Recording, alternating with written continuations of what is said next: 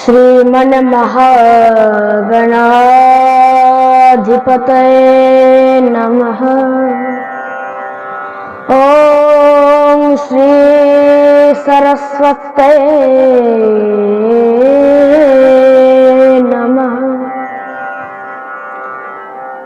अस्मद् श्री गुरु श्री चरण कमलेभ्यो नमः। वन्दे अहं श्री गुरु श्रीयुतपदकमलं श्री गुरु वैष्णवाश्च श्रीरूपं साप्रजातं सहगण रघुनाथान्वितं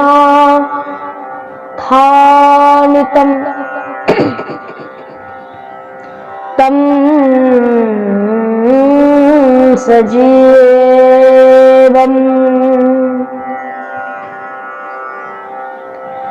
साद्वैतं सावधूतं परिजनसहितं श्रीकृष्ण चैतन्य चन्द्रदेवं श्री राधा कृष्ण बालान सहगण ललिता श्री विशाखान्विताश्च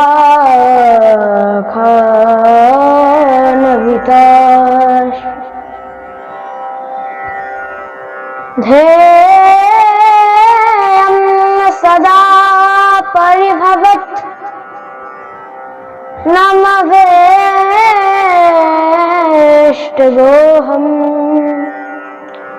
तीर्थास्पदं शिवविरिञ्चनतमस्मरन्नम् परित्रारतेऽहं प्रणतपाणदिवोत्तम वन्दे महापुरुषते चरणारविन्दम्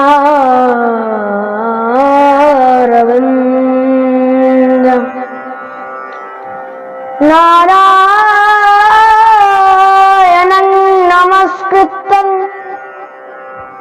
नरं चैव नरोत्तमं देवीं सरस्वतीं व्यासं ततो जयमुदीरयेत्। सुकरो प्रबोधतं सर्वशास्त्रविशारद एतत् कथा प्रकाशेन मदज्ञानं विनाशाय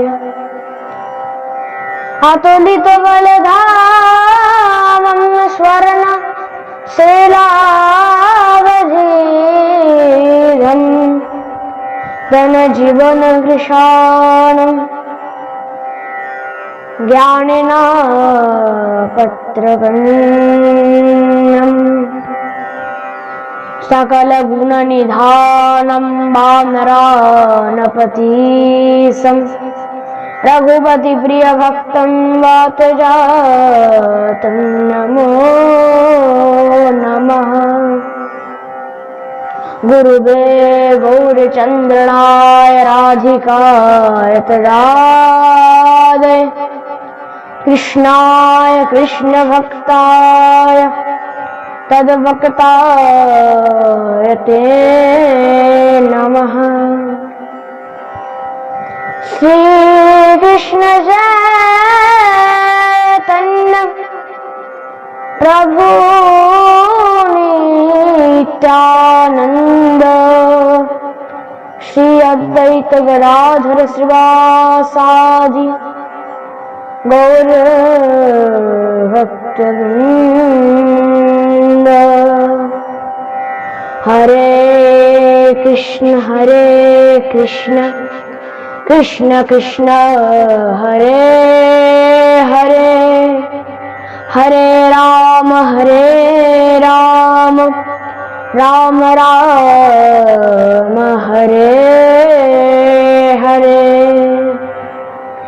जय जय श्री राधा रमण जय जय नवलो किशोर जय गोपी चित्तचोर प्रभु जय जय माखन चोर। बोलिए भक्तवत्सल भगवान की जय हो। जय जय श्री राधे श्याम निताय गौर हरि हरि बोल। भारत्या समर्पया जलेन शीतलीकरणं पुष्पे देवादिवंदनम्। ओम दिवो शांतिरंत कक्षकुम शांति पृथ्वी शांति रात्रो शांति रोकदय शांति वनस्पति शांति विश्वे देवा शांतिर्ब्रह्म शांति सर्वज्ञं शांति शांतिरेव शांति। श्यामा शांति हस्ते पुष्पं दीप्त्वा मंत्र पुष्पांजलिं समर्पयामि। श्री पुराण पुरुषोत्तमाय नमः। ओम नाना सुगंध पुष्पाणि यथा कालो भगवान च पुष्पांजलिर्मया दत्तरेहान परमेश्वरः। बोलिए भागवत भगवान की जय हो। बोलिए श्री सुखदेव भगवान की जय हो।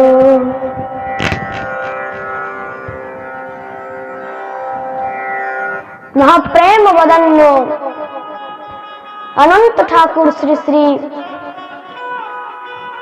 सीताराम दास ओंकारनाथ देवेर श्रीपाद पद्मे आमार कोटि कोटि दंडवत प्रणाम।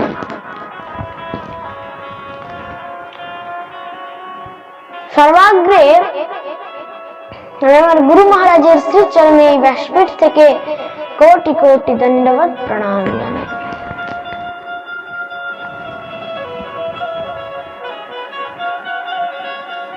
এবং সমুপস্থিত সকল সাধু গুরু বৈষ্ণব ব্রাহ্মণ এবং সকল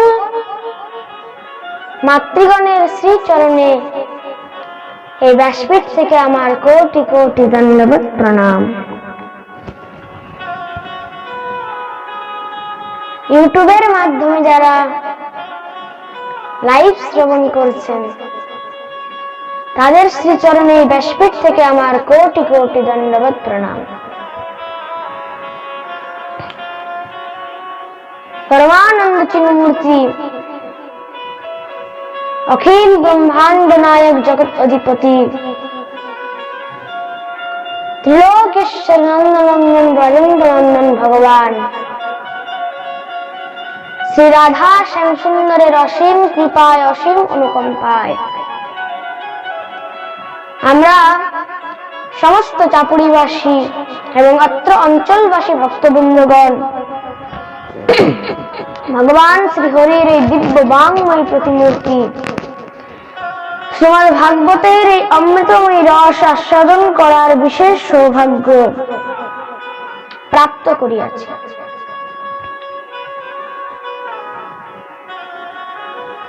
বিগত 5 দিন যাবত আমরা ভগবানের অমৃতময় আনন্দময় লীলার বর্ণন শ্রবণ করে চলেছি। যেই শৃঙ্খলায় কালকের পাঠে আমরা গিরিরাজ গোবর্ধনের পূজন লীলা শ্রবণ করেছি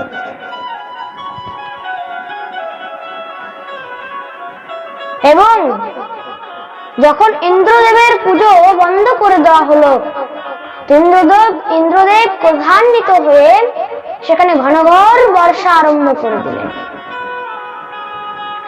কেমন বর্ষা না বলছে শিলাবর্ষ নিপাতেন হন্যমা নচেতে,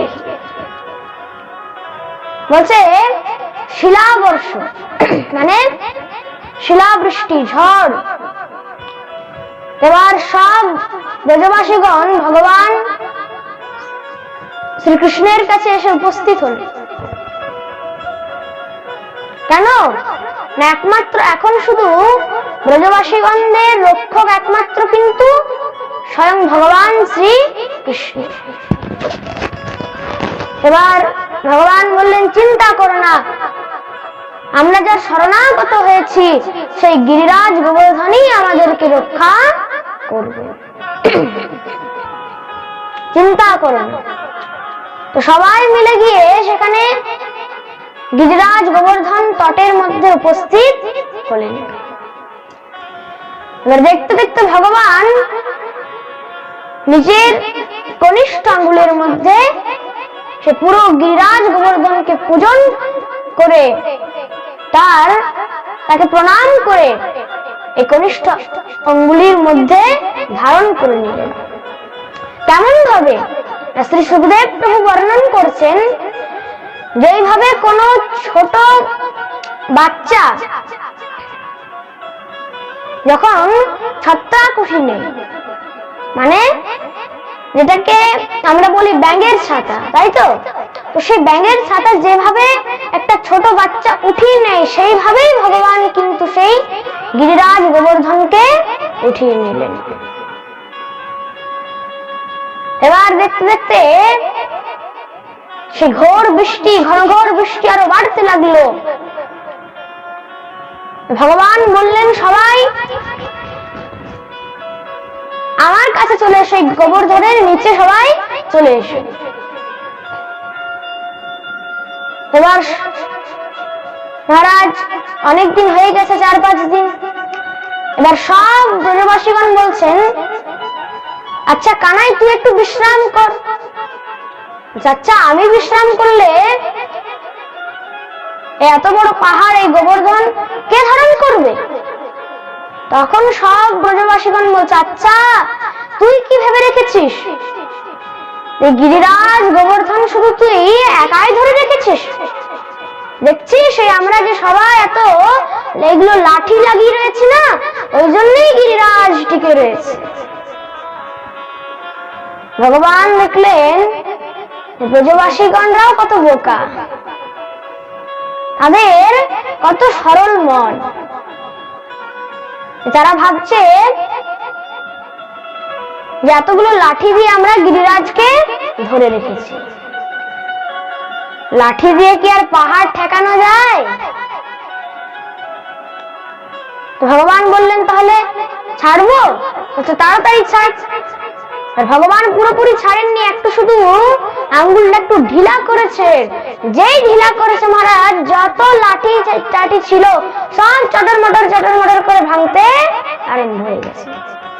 সঙ্গে সঙ্গে সব ব্রজবাসীগণ, আরে বাগাড় আরে ধর। সঙ্গে সঙ্গে ভগবান আঙ্গুল ঠেকিয়ে দিলেন।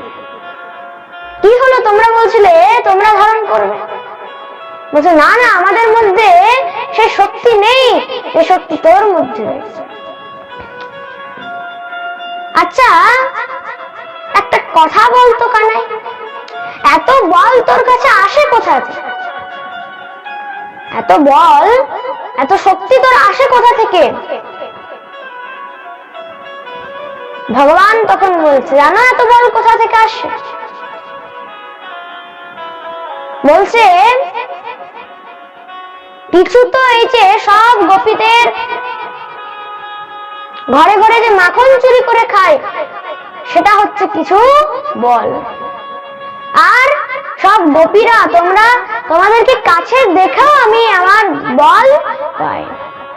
তখন সব গোপীগণ বলছে, আচ্ছা ওই জন্য এতদিন থেকে আমাদেরকে একটু দুর্বল লাগছে। তুই তো অনেক বড় জাদুকর, তুই আমাদের এই শক্তিগুলোকে টেনে নিচ্ছিস। ভগবান বলছে, আর জানো সব থেকে বেশি বল কার? বলছে, কার? বলছে, শ্রী রাধা কি কৃপা से मैंने गिरवर लियो ठान। श्री राधा की कृपा से मैंने गिरवर लियो ठान। সব থেকে বড় কৃপা হচ্ছে কিন্তু শ্রীমতী রাধা রানী। দেখুন ভগবান যতই লীলা করুক না কেন, শ্রীমতী রাধারানীকে কিন্তু সব লীলায় ঠিক রেখেছে। তার জন্য দেখুন এখানে গোবর্ধন ধারণ করলো, গিরিরাজ ধারণ করলো বলে তার ভগবানের আরেক নাম হয়ে গেল গিরিধারী।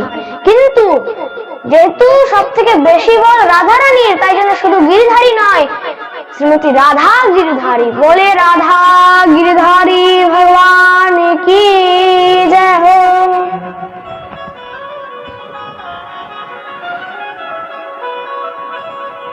এবার দেখতে দেখতে 7 দিন পর্যন্ত ঘন ঘন বৃষ্টি আরম্ভ হয়েছে।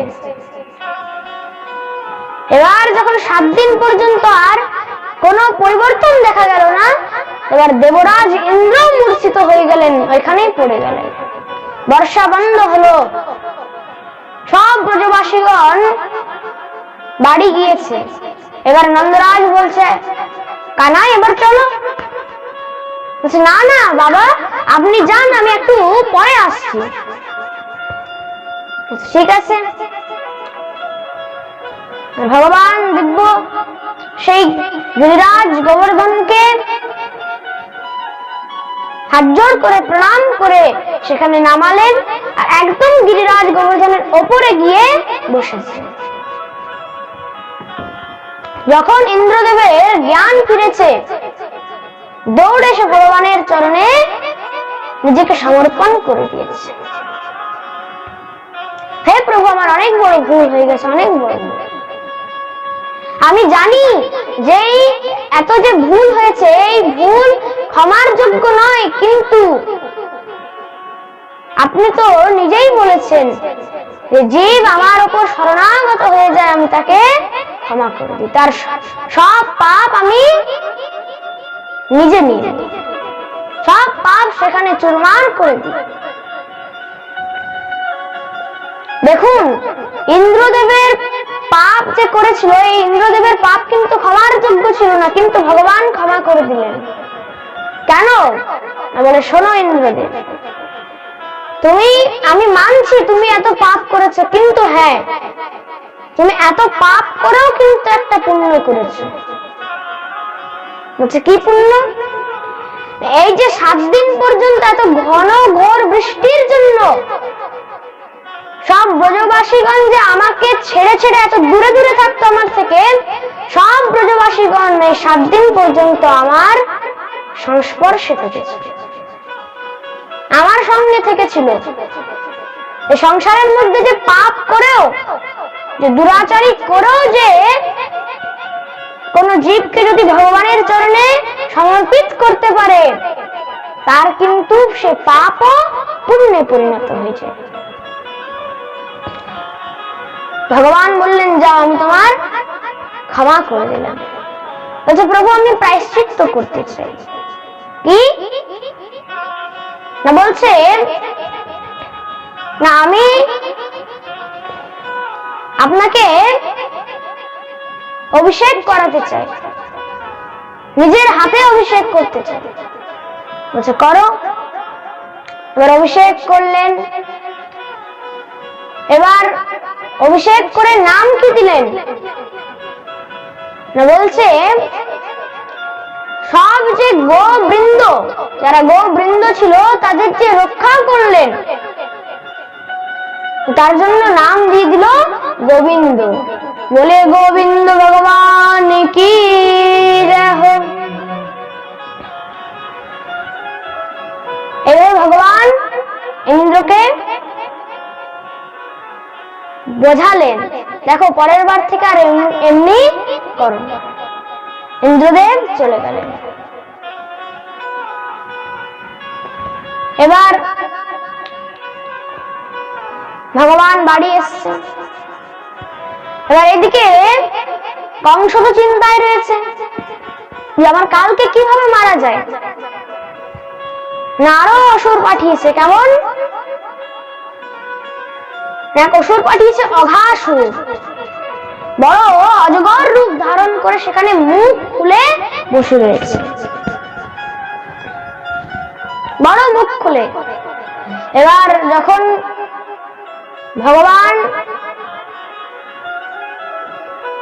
যখন গোপালক হয়ে যখন গোচারণ করতে গিয়েছেন, সেখানে গোচারণ করতে করতে সব রাখাল বালকরা বলছে, আরে কানাই কানাই দেখ, ওই দেখ একটা বড় গুহা রয়েছে। তো সাপকে ভাবছে গুফা, বলছে চল একটু গুহার মধ্যে গিয়ে আর সেখানে একটু বিশ্রাম করা যায়। তো চারের না, ওটা গুহা নয়, ওটা হচ্ছে একটা অসুর। সব রাখাল বালক বলছে, আচ্ছা কানাই একটা কথা বলতো, তুই কি স্বপ্নের অসুর দেখিস? বলছে আরে না ভাই, আমি সত্যি বলছি ওটা অসুর।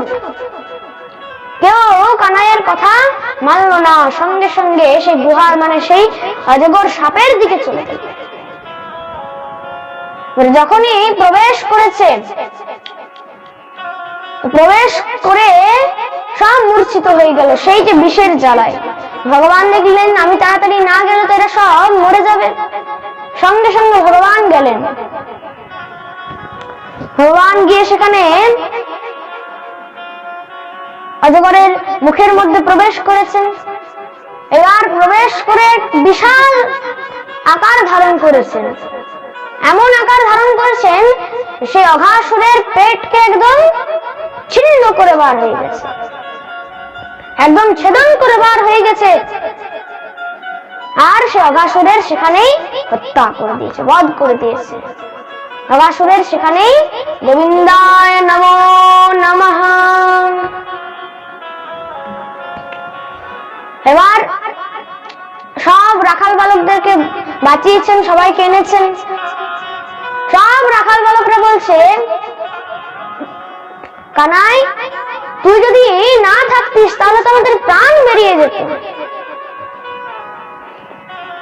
তুই যদি না থাকতিস তাহলে আমাদের প্রাণ বেরিয়ে যেত, ভাগ্যিস তুই আমাদেরকে রক্ষা করবি।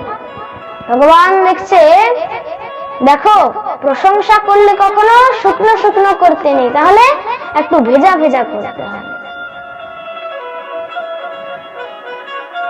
বললেন এরকম শুকনো শুকনো প্রশংসা করে কোনো লাভ নেই। যদি প্রশংসা করতেই হয় তাহলে একটু ভেজা ভেজা করা। ভেজা ভেজা মানে যে যার বাড়ি থেকে যেটা বানিয়ে এনেছো সবাই আমাকে খাওয়াবে। সব রাখাল বালক আশ্চর্য হয়ে গেছে। বলছে কানাই তুই আমাদের ঘরের খাবি? বলছে কেন খাবো না, যাও তোমরা যা যা এনেছো সব দাও। এবার দিব্য ভগবান লীলা করছেন। আর সব রাখাল বালকরা প্রথমে সেই খাবারগুলোকে নিজে খায় যে স্বাদ আছে কিনা, তারপর ভগবানকে খাওয়ায়। তো এটাকে ভগবানের বনভোজন লীলা বলা হয়েছে। কি বলা হয়েছে? জয় বলুন, বনভোজন লীলা। এবার যখন উপর থেকে ব্রহ্মা দেখছে, ব্রহ্মা একদম আশ্চর্যচকিত হয়ে গেছে। এই কি ভগবান!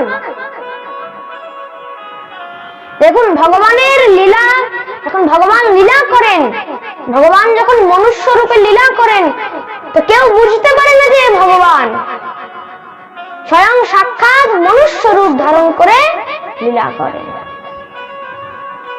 স্বয়ং মা ভগবতী সতী মানে জগদম্বা, সে জগদম্বা পর্যন্ত আশ্চর্যচকিত হয়ে গেছেন এই কি ভগবান! এই ভগবান কি সাধারণ বাচ্চাদের এঁঠো খায়, ঝুটো খায়? তো তখন ব্রহ্মা কি করলেন না, পরীক্ষা নিতে হবে বলছে। এবার যখন পরীক্ষা নেওয়ার জন্য মর্তভূমিতে এসছেন, ভগবানের সব যে বন্ধুগুলো ছিল, রাখাল বালক এবং যত ছোট ছোট বাছুর ছিল সবকে নিয়ে একদম নিজের সাথে চলে গেছে, সেখানে রেখে দিয়েছেন।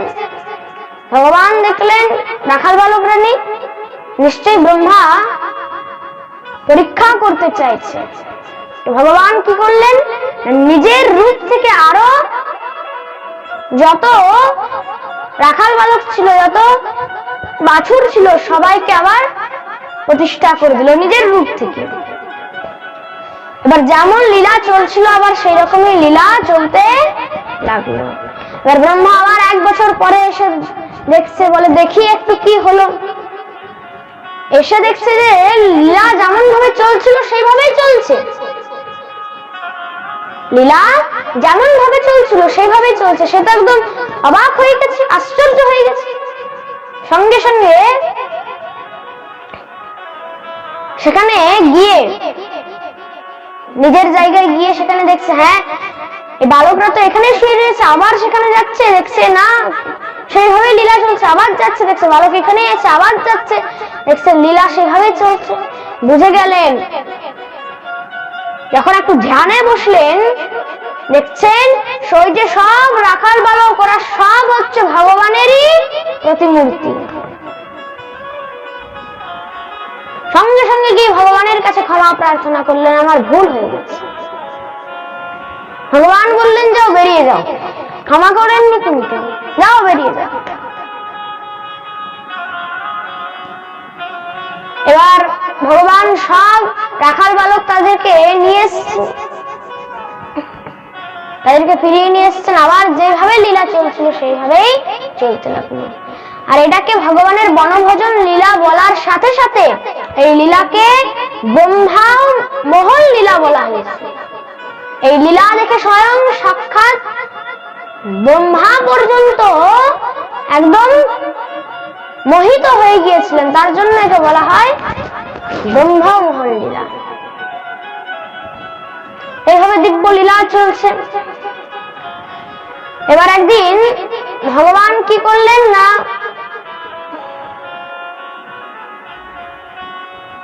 ওই যমুনার ধারের মধ্যে দাঁড়িয়ে রয়েছে, সব গরুগুলো জল খাচ্ছে, যমুনার জল। যখনই জল খাচ্ছে সব গরুগুলো মূর্ছিত হয়ে পড়ে যাচ্ছে। ভগবান বুঝে গেলেন যে এই জলের মধ্যে, যমুনার মধ্যে কোনো বিষধর সর্প রয়েছে। কে? কালীয় নাগ। তো কি করলেন না, গরুগুলোকে সব জীবিত করে নিয়ে চলে গেলেন।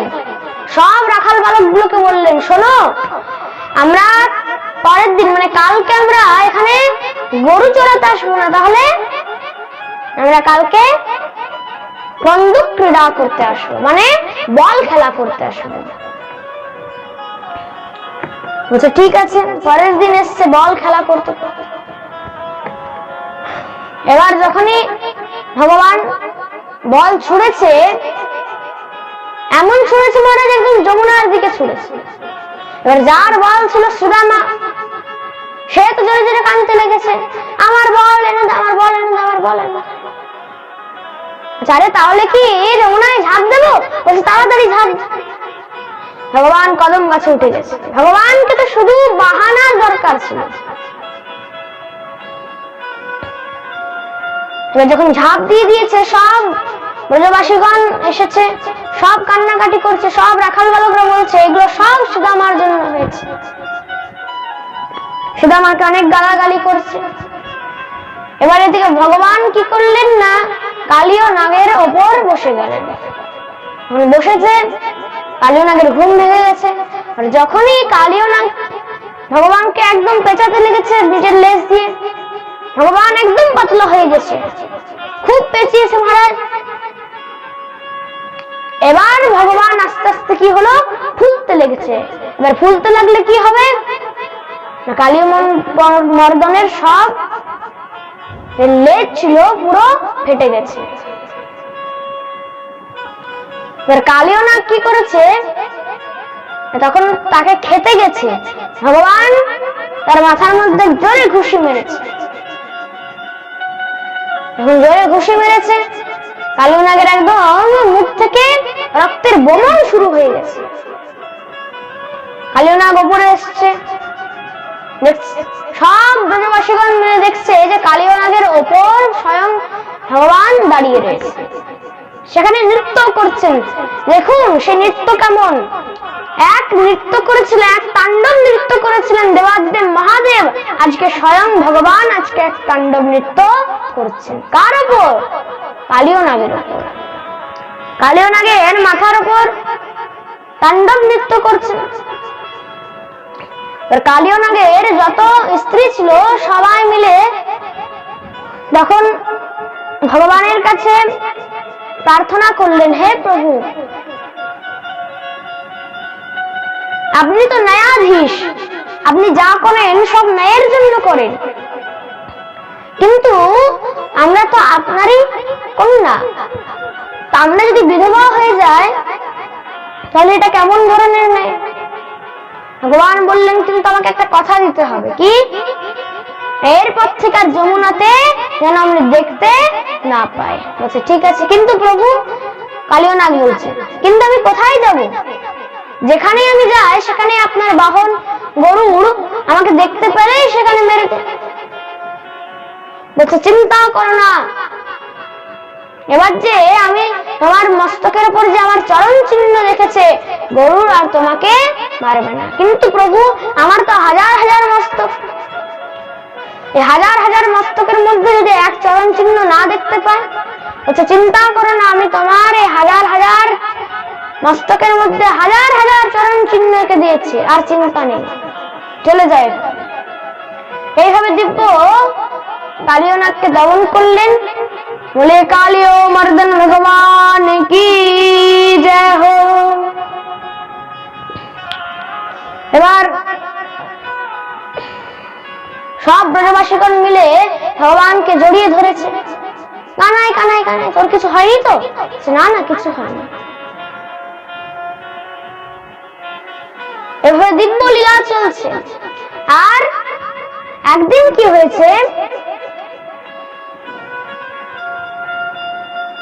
ভগবান রামতালের মধ্যে, রামতাল একটা জায়গা বৃন্দাবনের মধ্যে, রামতালের মধ্যে গিয়ে সেখানে ভগবান চিন্তা করছে, কি আমি তো গোপীদেরকে কথা দিয়েছিলাম কি আমি তাদের সঙ্গে রাস বিলাস করব, আমি তাদের সঙ্গে রাস বিলাস করব। কবে? শরৎ পূর্ণিমার দিন। আর আজকেই হচ্ছে সেই শরৎ পূর্ণিমা। আজকে গোপীদের সেই মনের ইচ্ছা তাড়াতাড়ি পূর্ণ করতে হবে। এবার ভগবান মায়াদেবীকে স্মরণ করলেন, আহ্বান করলেন। মায়াদেবী তখন এসেছিলেন। মায়াদেবী বলছে, ভগবান কি আদেশ? ভগবান বললেন যে হে মায়াদেবী, আপনি এমন কিছু করুন যে যতক্ষণ পর্যন্ত না আমি চাইবো ততক্ষণ এই রাত্রি যেন শেষ না হয়, রাত্রির বিস্তার করে দেন। মায়াদেবী বলছে, জয় আজ্ঞা প্রভু। আর এখান থেকেই শ্রী সুখদেব প্রভু রাজা পরীক্ষিতকে দিব্য রাসের বর্ণন শ্রবণ করাচ্ছেন। আসুন আমরা সকলে মিলে দিব্য রাসের বর্ণন শ্রবণ করব। তো মায়াদেবী কি করলেন? রাত্রির বিস্তার করে দিলেন। একদম মহারাজ, সেই যে রাত্রি চাদর দোড়ার উড়ুরাজ মানে কি? চন্দ্রমা। চন্দ্রমা উদিত হলেন, সূর্য অস্ত গেল। এবার চন্দ্রমা উদিত হলো মানে রাত আরম্ভ হয়েছে। এবার ভগবান আস্তে আস্তে সব গোপীদেরকে ডাকতে লেগেছে। এবার ডাকবে কি করে? এবার প্রত্যেক বাড়িতে বাড়িতে এবার ইনভিটেশন তো কার্ড তো দেওয়া যাবে না, তাহলে ভগবানের কাছে একটা খুব সুন্দর ইনভিটেশন কার্ড রয়েছে। কি? তার বাঁশি। তো দিব্য সে বাঁশির বাদন আরম্ভ করলেন। আর বাঁশির ডাক শুনে সব গোপীগণ একদম